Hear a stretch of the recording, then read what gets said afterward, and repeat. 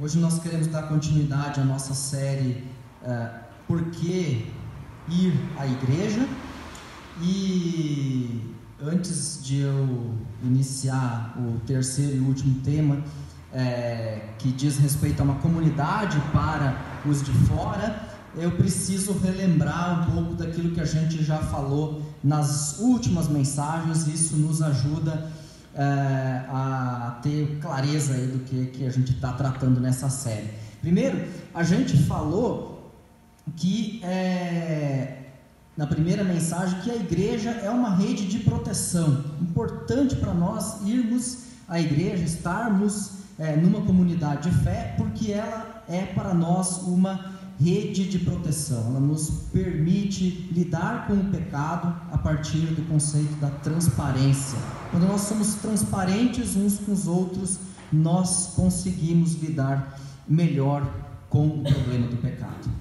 A segunda coisa que nós tratamos no sábado passado foi a respeito da igreja como uma escola, como um lugar de aprendizado para as nossas vidas. Nós caminhamos com Jesus, nós aprendemos muito dele, mas o que a gente aprende de Jesus não é uma lição de moral, é o Evangelho que transforma as nossas vidas, e por aquilo que ele transformou em nós, é que nós somos testemunhas neste mundo, testemunhas mudadas, diferentes, com uma outra ética, com uma outra moral, não porque a gente tem um código de conduta, mas porque Jesus transformou o nosso coração.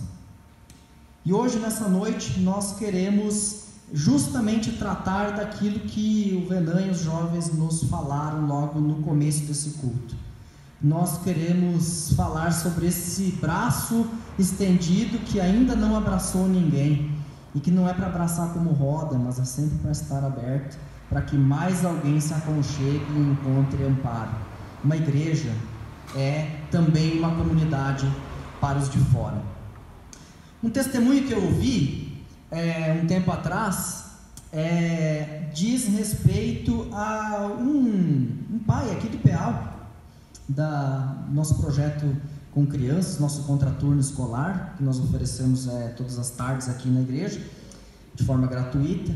E esse pai, ele disse bem claramente: eu não vou à igreja e eu não tenho interesse em ir na igreja, mas se alguém me perguntar que igreja eu poderia ir, ele diz, eu falaria para essa pessoa ir na igreja de vocês.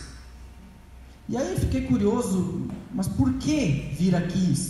Porque ele mesmo disse que não viria, então por que ele recomendaria para outra pessoa vir aqui? Ele disse que não é normal que as pessoas ofereçam algo para alguém que não é membro, para alguém que é de fora, de graça e sem pedir nada em troca. Não é normal da sociedade que se ofereça algo de graça sem pedir algo em troca. Esse é o Evangelho.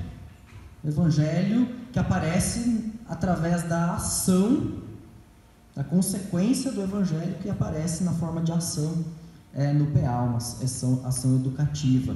Então, esse testemunho me impactou muito sobre a tarefa que nós temos como igreja na comunidade, na sociedade onde nós estamos inseridos.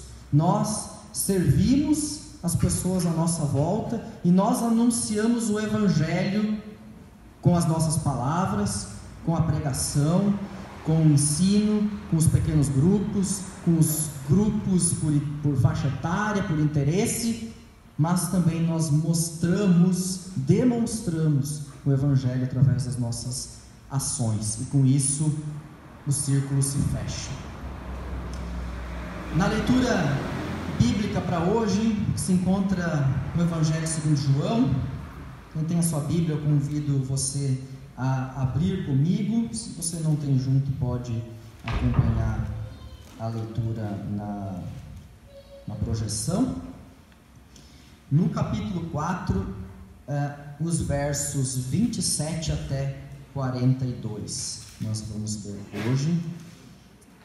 João 4, 27 a 42. Eu queria fazer uma recomendação para você. Sei que eu já falei 3 vezes sobre vir à igreja, e eu não vou fazer uma série sobre trazer a Bíblia na igreja, mas aí eu recomendava você trazer a Bíblia na igreja. Por quê? Essa é a pura pedagogia da coisa, não é nada demais. Eu sou rabiscador de Bíblia, a Bíblia rabiscada, eu gosto de rabiscar a Bíblia.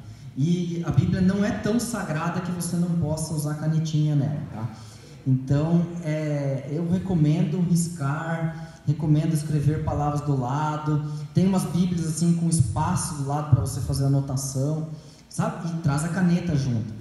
Talvez você não tenha esse costume, mas é bacana talvez criar um costume assim, para você fixar melhor aquilo que a gente fala. E aí você, às vezes, eu falo uma coisa, o outro pregador fala alguma coisa interessante, você dá aquela anotada e não esquece mais daquilo que foi dito. Então, fica aí para o próximo sábado, para você trazer a Bíblia junto para a igreja, para também a gente poder acompanhar junto, porque no próximo slide o texto foi embora, e eu vou sempre de novo estar remetendo aos versículos, e aí eu não vou poder voltar ao slide que você veio. Então é bom ter o texto aí na mão para acompanhar. Então vamos à leitura. Naquele momento, os seus discípulos voltaram e ficaram surpresos ao encontrá-lo conversando com uma mulher. Mas ninguém perguntou: o que queres saber? Ou por que estás conversando com ela? Então, deixando o seu cântaro, a mulher voltou à cidade e disse ao povo: venham ver um homem que me disse tudo o que tenho feito. Será que ele não é o Cristo? Então saíram da cidade e foram para onde ele estava. Enquanto isso, os discípulos insistiam com ele: mestre, come alguma coisa. Mas ele lhes disse: tenho algo para comer que vocês não conhecem. Então os seus discípulos disseram uns aos outros: será que alguém lhe trouxe comida? Disse Jesus: a minha comida é fazer a vontade daquele que me enviou e concluir a sua obra. Vocês não dizem: daqui a 4 meses haverá colheita? Eu lhes digo: abram os olhos e vejam os campos, eles estão maduros para a colheita. Aquele que colhe já recebe o seu salário e colhe fruto para a vida eterna, de forma que se alegram juntos o que semeia e o que colhe. Assim é verdadeiro ditado: um semeia e outro colhe. Eu os enviei para colherem o que vocês não cultivaram. Outros realizaram o trabalho árduo e vocês vieram a usufruir do trabalho deles.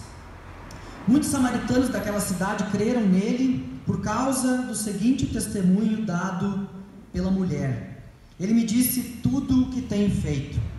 Assim, quando se aproximaram dele, os samaritanos insistiram em que ficasse com eles, e ele ficou 2 dias. E por causa da sua palavra, muitos outros creram. E disseram à mulher: agora cremos não somente por causa do que você disse, pois nós mesmos o ouvimos e sabemos que este é realmente o Salvador do mundo.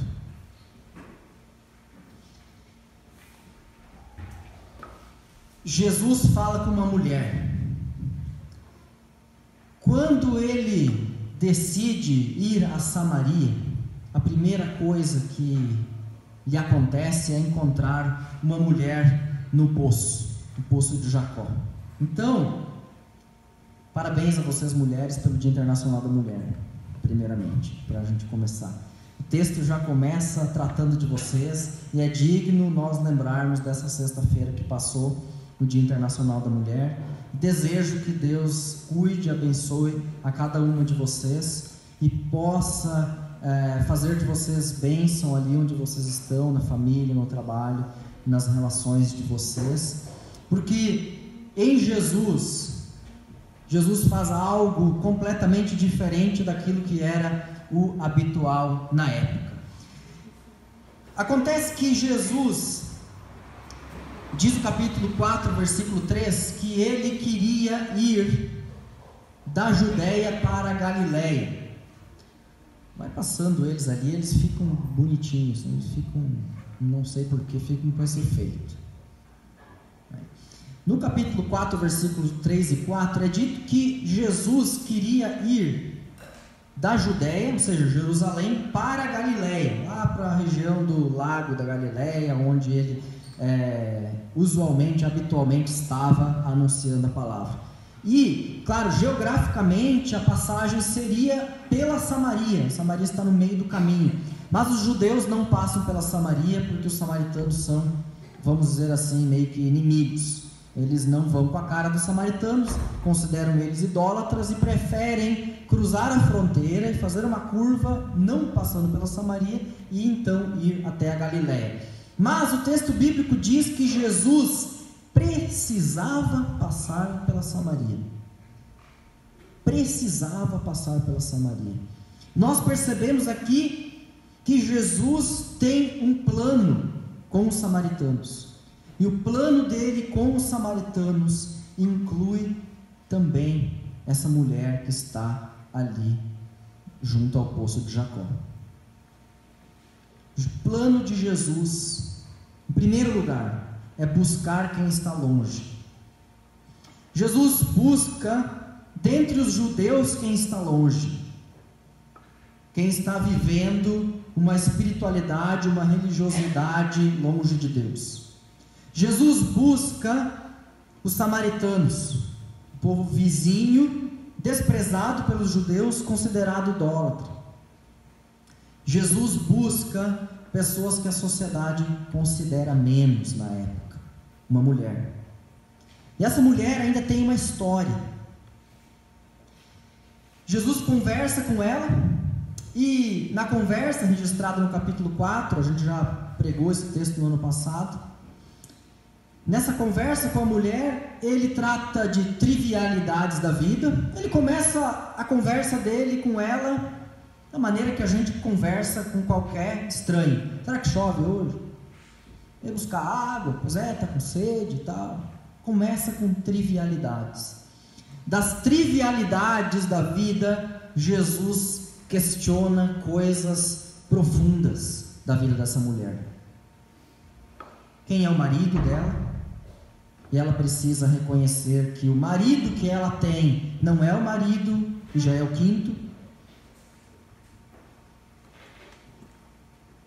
Da conversa com ela, fica claro que a esperança que essa mulher tem está direcionada para uma espécie de grande professor ou grande mestre da lei, que vai mostrar qual é, na verdade, o templo correto, o culto correto, a religiosidade correta.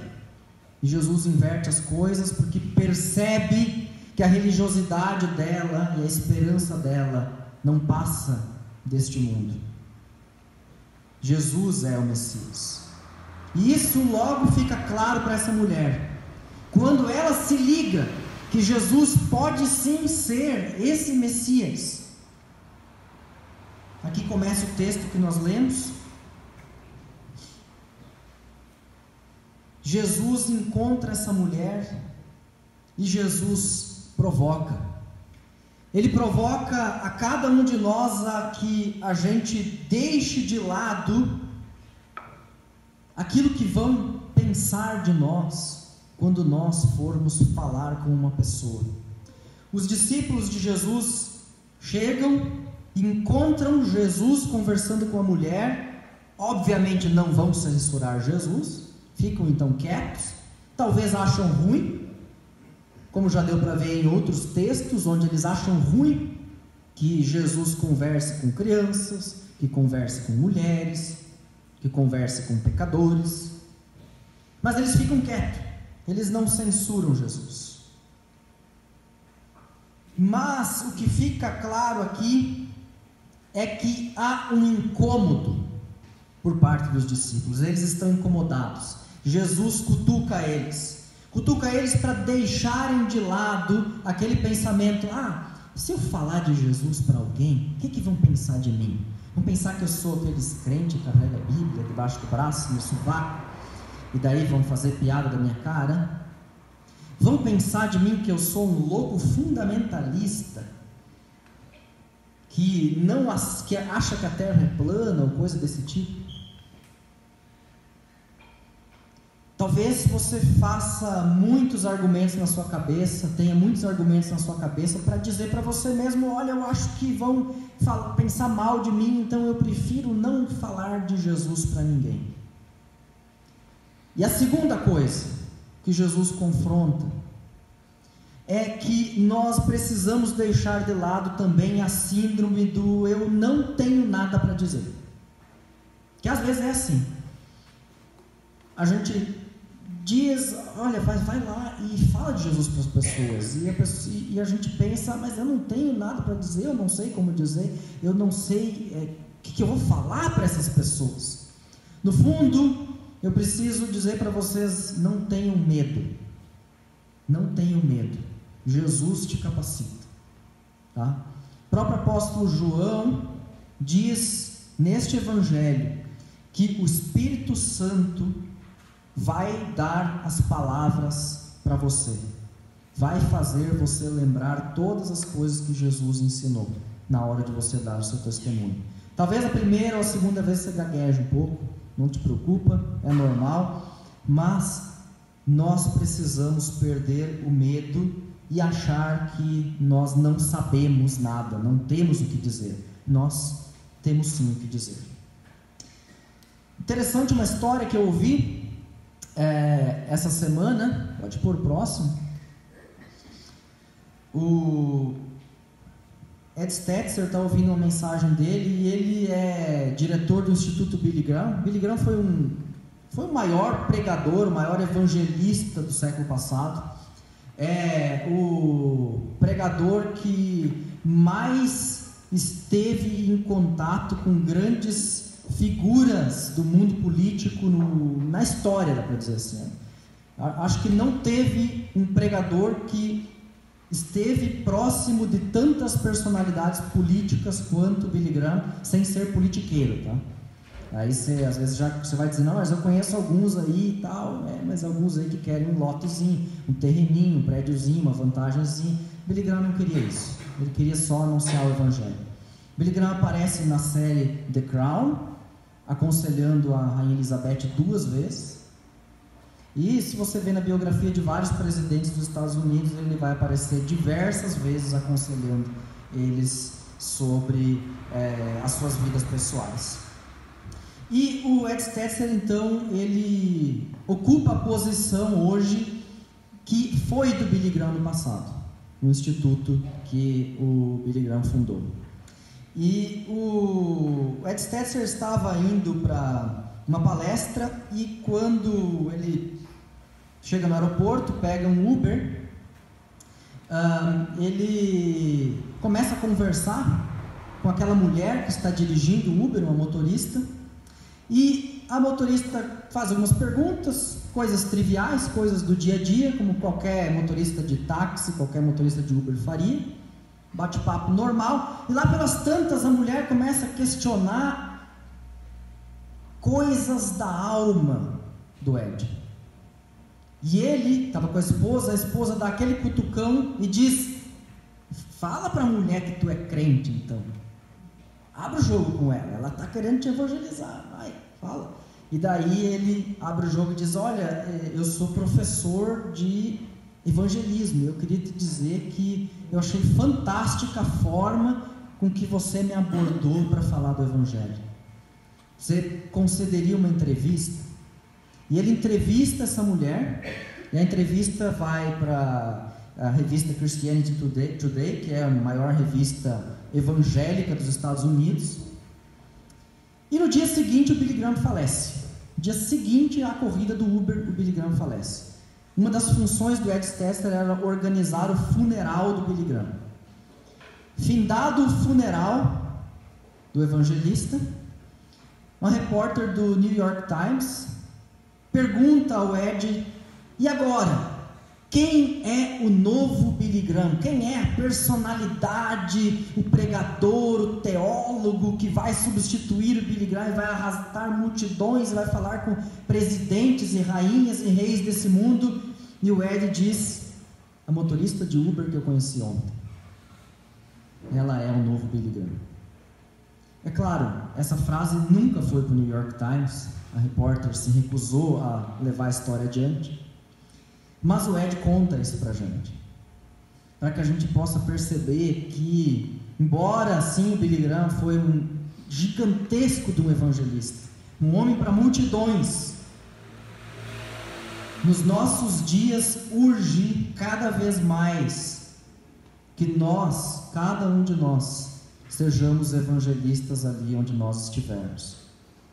Interessante da história dessa mulher é que ela não decidiu ser motorista de Uber só para ganhar um troco. Ela decidiu ser motorista de Uber porque ela via nisto uma oportunidade de encontrar pessoas que estavam vagando por aí sem rumo para suas almas.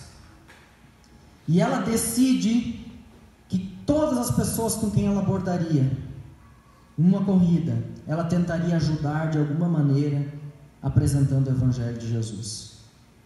E são vários os testemunhos que ela dá de vidas transformadas através de uma corrida de Uber. Percebe que a gente não precisa fazer grandes coisas e que a gente não precisa ser um excelente palestrante, motivador, excelente orador, dono de uma inteligência ímpar, para que a gente possa falar de Jesus. Você pode falar de Jesus ali onde você está, de maneira simples, e você pode ser o novo Billy Graham. O texto segue no verso 31, e os discípulos questionam por que Jesus não quer comer. Eles querem que Jesus coma algo, e Jesus usa essa fala deles para dizer, olha, como tantas vezes Jesus faz isso, olha, a minha comida, a minha fome não é de pão, de carne, de churrasco. A minha fome é de outra categoria. A minha fome é fazer a vontade do Pai, no versículo 34. E que vontade é essa do Pai? De que Jesus dê a sua vida por cada um de nós. De que Jesus entregue-se a si mesmo para que você tenha perdão dos teus pecados. Que Jesus vá lá na cruz e morra para que você não precise morrer, para que você tenha a vida eterna. E quando Jesus faz isto, Ele faz com a intenção de buscar todas as pessoas que estão longe. Jesus faz isso com a intenção de buscar todas as pessoas que estão longe. Ele quer providenciar salvação para você aqui dentro da igreja, mas Ele quer providenciar salvação para quem está lá fora também. No versículo 38, Jesus afirma que os campos estão prontos. Perdão, no versículo 35, Ele afirma que os campos estão prontos, que é hora de irmos para a colheita. Mas o que é que acontece com os discípulos? O que é que acontece com a gente que nós não estamos enxergando os campos? O que ele quer dizer com campos? Ele está querendo dizer que tem muita, mas muita gente aí fora querendo ouvir o Evangelho. E a Jane, essa motorista de Uber, o Ed pergunta para ela, mas tem gente que se interessa por ouvir ainda o Evangelho nesse mundo? Porque se diz aí que ninguém mais quer saber de religião, ninguém se importa. Tem gente ainda que quer saber? E ela diz, surpreendentemente, a grande maioria das pessoas estão sim abertas para ouvir o Evangelho. Elas têm um buraco na alma delas que precisa ser preenchido. Elas querem ouvir. Nós é que não estamos enxergando o quadro da perspectiva correta. Olha esse vídeo que eu vou colocar agora aqui. para você entender o que eu quero dizer por olhar o quadro da perspectiva correta.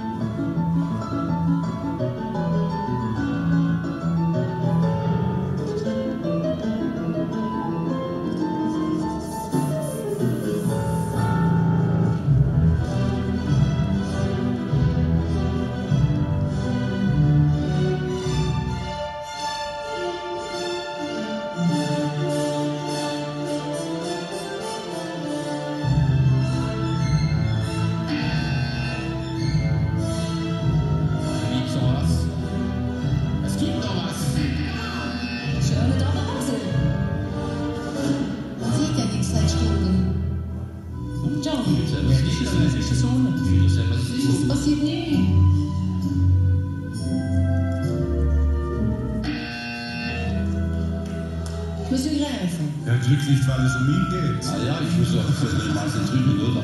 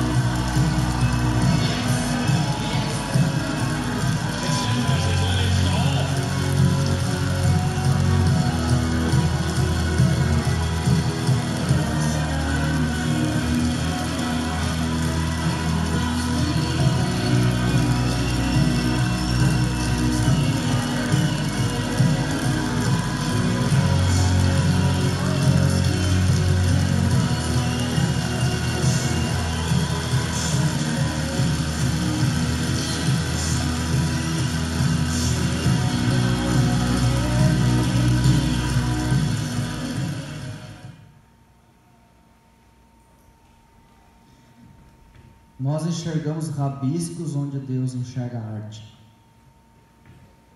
A gente só vê rabisco onde Deus enxerga arte. É isso que Jesus quer dizer com os campos estão prontos.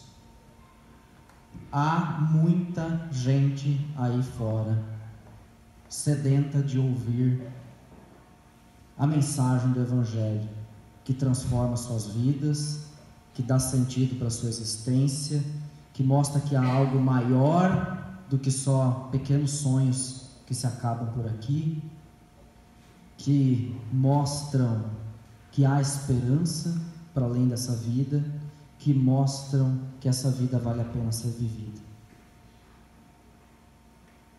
Nós não entendemos, às vezes, porque as coisas não são como nós gostaríamos, mas nós precisamos acreditar naquilo que Jesus está mostrando para nós. Quero fazer algumas observações ainda sobre a mulher samaritana. No versículo 28 é dito que essa mulher deixa o seu cântaro, o seu vaso de barro onde ela carregava a água de lado. Esse era o objetivo dela em estar ali, naquele poço, buscar água. Ela deixa, ela esquece, ela abandona isso e ela corre para falar com os homens da vila, da cidade onde ela morava, a respeito daquilo que ela vivenciou com Jesus. Ela ainda está na dúvida sobre se Jesus realmente seria o Messias, mas ela arrisca crer nele a ponto de ir e contar para todos da vila dela que este pode sim ser o Messias. Para onde nós iremos? Para onde nós iremos? Primeiro, peça a Deus que te dê no seu coração um desejo ardente de evangelizar, de falar do Evangelho às pessoas. Segundo, inicie conversas com o propósito de saber a situação dessa pessoa com quem você está falando. E eu creio que você nem precisa ir para a praça falar com desconhecidos, porque você tem gente que chega no seu convívio para que você possa falar a respeito de como está a sua vida perante Deus. Não tenha medo de dizer que você crê em Jesus e que Jesus é a resposta para os problemas das pessoas. Lembre-se de que nesse texto Jesus vai de encontro àqueles que estavam longe, os samaritanos, a mulher. A mulher, ouvindo Jesus, vai de encontro aos homens da vila dela e traz eles para ouvir Jesus. E depois que ouvem Jesus, o que é que acontece? Lá no versículo 42: e disseram à mulher: agora cremos não somente por causa do que você disse, pois nós mesmos o ouvimos e sabemos que este é realmente o Salvador do mundo. Você pode ser o meio para que pessoas conheçam a Jesus, e essas pessoas que conhecerem a Jesus serão pessoas que levarão Jesus para outras pessoas. É isso que Jesus mostra com seu movimento de ter que ir para Samaria. E aí a pergunta que nós temos é: para onde nós temos que ir? Para onde nós temos que ir? Aqui em Concórdia, para onde você tem que ir? Para encerrar, o plano de Jesus sempre é buscar quem está longe. O plano de Jesus sempre é buscar quem está longe. Você pode ser sim o novo Billy Graham, anunciando Jesus para quem não crê fora dos muros da igreja. Você pode ser esse grande evangelista, sendo o braço estendido que apoia outros, sendo a pessoa que pergunta como vai a sua vida, sendo aquele que mostra Jesus através do seu caráter e através dos seus atos e através do seu testemunho. Que Deus te abençoe e que Ele nos ajude a sermos pessoas que levam o conhecimento de Jesus para todos que estão aí fora. Amém. Vamos orar. Senhor bondoso Deus, te agradecemos por Tua palavra, te agradecemos pelo desafio que ela representa para nós, porque nós sabemos, Deus, que há tantas pessoas que têm perdido as suas vidas, desperdiçado o seu tempo em coisas que não levam a lugar nenhum e que necessitam, Senhor, conhecer a verdade do Evangelho e terem um encontro pessoal contigo. Senhor, nos ajuda a sermos bênção para essas pessoas, a poder lhes abrir os olhos e mostrar a figura do ângulo, da perspectiva correta, que possamos ajudá-los, Senhor, a ter um encontro contigo e ter uma esperança que vem do alto e que lhes mostra, Deus, que essa vida vale a pena ser vivida, que Tu estás conosco todos os dias e de que Tu tens um plano para cada um de nós. Tudo a Te entregamos em nome de Cristo Jesus. Amém. Nós temos um hino, com ele também já nos preparamos para a ceia do Senhor nessa noite.